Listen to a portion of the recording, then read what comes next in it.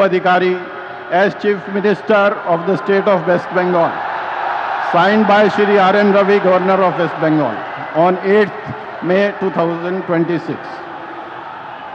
May I now request Shri Shubhendu Adhikari, Honorable Chief Minister Designate, to take oath before the Honorable Governor.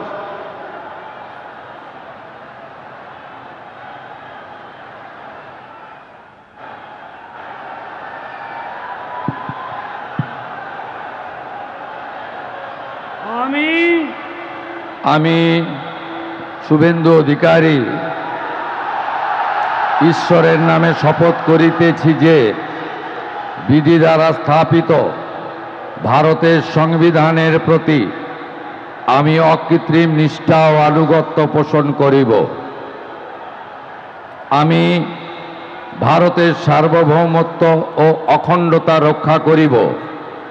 Paschimbanga রাজ্যের মুখ্যমন্ত্রী রূপে আমার কর্তব্যসমূহ নিষ্ঠাপূর্বক এবং বিবেকসম্মতভাবে নির্বাহ করিব এবং ভয় বা পক্ষপাত, প্রীতি বা বিদ্বেষ রহিত হইয়া সকল শ্রেণীর জনগণের প্রতি সংবিধান ও বিধি অনুসারে ন্যায়াচরণ করিব।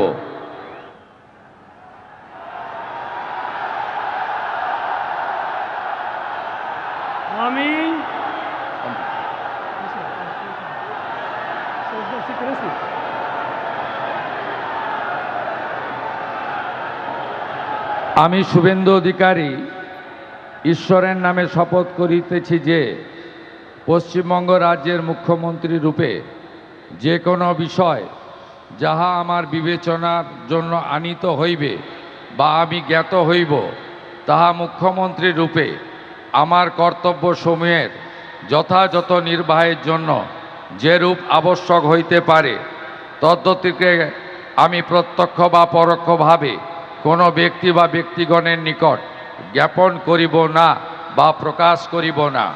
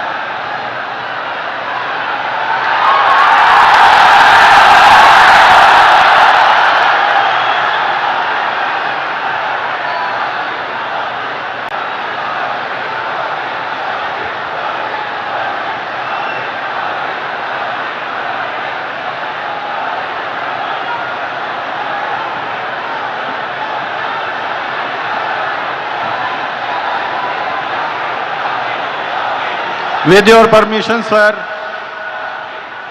I now read out the order of appointment of all the honorable ministers.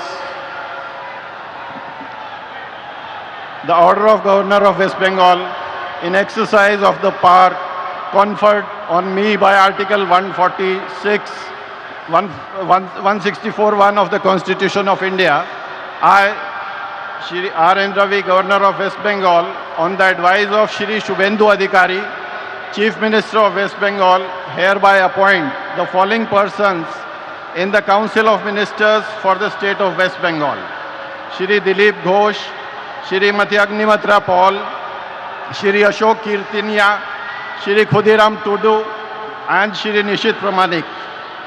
May I now request Shri Dilip Ghosh, Honorable Minister Designate, to write and take oaths before the Honorable Governor.